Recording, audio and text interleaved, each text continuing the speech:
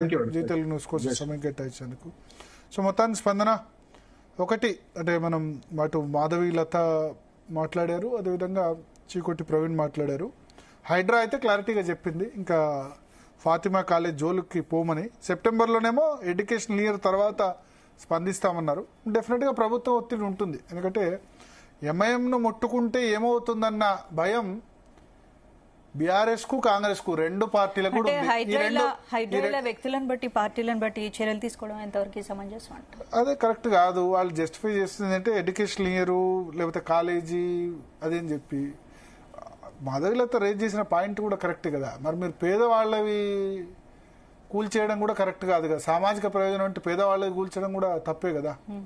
పేదలు చెరువులో సరే ఎన్ కన్వెన్షన్ కూల్చారంటే ఓకే, మూసీ దగ్గర లేకపోతే వేరే దగ్గర ఎవరైనా పేదలు వాళ్ళు తెలియకుండా కొన్నాయి కూడా కొన్ని అంటే అవేర్నెస్ లేకుండా కొన్న వాటి మీద కూడా ప్రతాపం చూపించారు కదా. అదే వాటిని ఓవైసీ మీద చూపించారంటే చూపించలేరు, ఎందుకంటే ఎంఐఎం కు అటు కాంగ్రెస్ భయపడుతుంది, ఇటు బీఆర్ఎస్ భయపడుతుంది. వాస్తవంగా చెప్పాలంటే బీజేపీ రాలేదు కదా, రాష్ట్రాల్లో అధికారంలోకి రాలేదు. వాళ్ళకి బీజేపీ ఫైట్ చేస్తుంది దేశ స్థాయిలో. ఓఐసీకి వాళ్ళకి అండర్స్టాండింగ్ ఉందని అంటారు. మనకు తెలీదు ఎక్కడ వాళ్ళకి అవసరం ఉంటే ఓఐసీని అక్కడ యూజ్ చేసుకుంటారు అని చెప్తారు.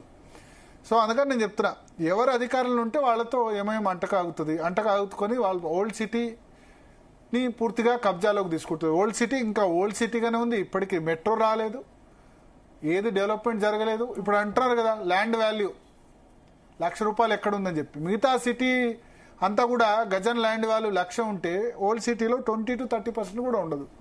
ఎందుకంటే ఓల్డ్ సిటీ ఇంకా ఓల్డ్ సిటీగానే ఉండాలి. ఓల్డ్ సిటీలో ఏమంటారు ఎడ్యుకేషన్ ఎంప్లాయ్మెంట్ ఉండకూడదు. అది డెవలప్ అయితే కనుక మా పరిస్థితి ఏందని ఎంఐఎం ఆలోచిస్తుంది.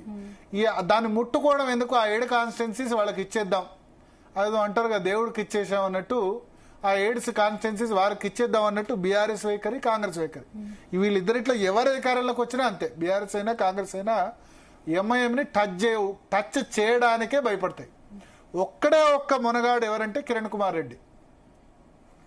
కాంగ్రెస్ చీఫ్ మినిస్టర్ గా ఉండి ఎంఐఎం కు చుక్కలు చూపించింది కిరణ్ కుమార్ రెడ్డి.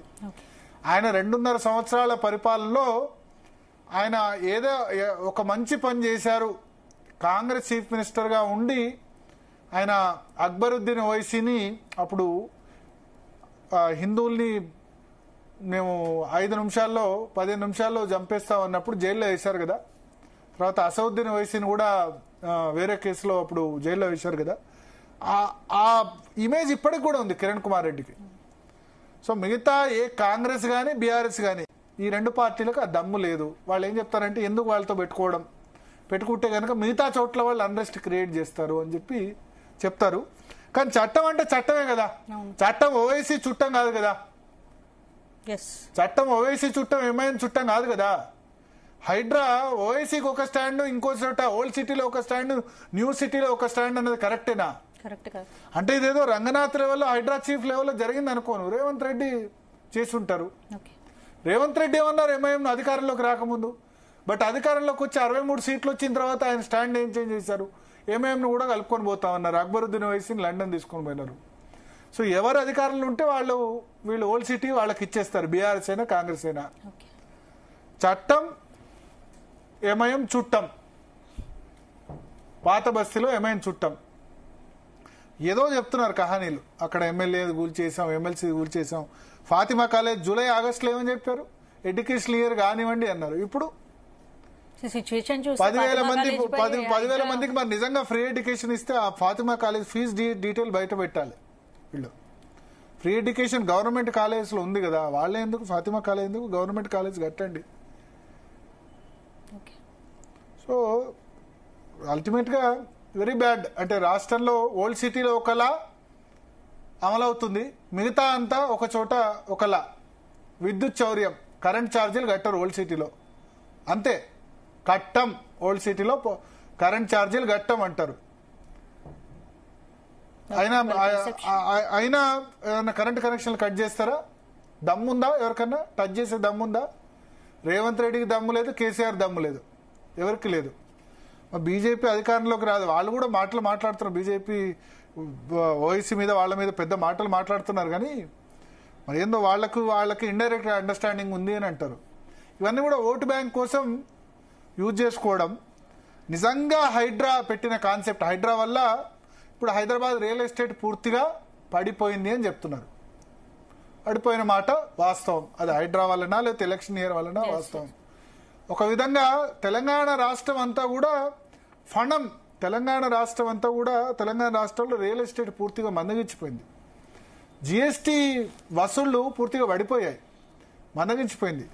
దానికి హైదరాబాద్ చుట్టుపక్కల రియల్ ఎస్టేట్ బిల్డర్స్ ఒకప్పుడు గుప్తుల కాలం స్వర్ణయుగం ఎట్లనో 2016 నుంచి 23 వరకు రియల్ ఎస్టేట్ రంగానికి ఒక స్వర్ణయుగం అనుకున్నారు. అటువంటి రియల్ ఎస్టేట్ ఇప్పుడు పూర్తిగా పడిపోయిన పరిస్థితి, చాలా మందికి ఎంప్లాయ్మెంట్ పోయిన పరిస్థితి.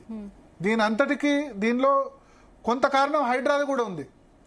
ఆ హైడ్రా అందరికీ చట్టం, అందరికీ ఒకే రకంగా చుట్టం అంటే బాగానే ఉండేది. కొన్ని మంచి పనులు చేశారు. బతుకమ్మ కుంటను సంరక్షించారు, బతుకమ్మ కుంటను ఒక బ్యూటిఫుల్గా డెవలప్ చేస్తున్నారు.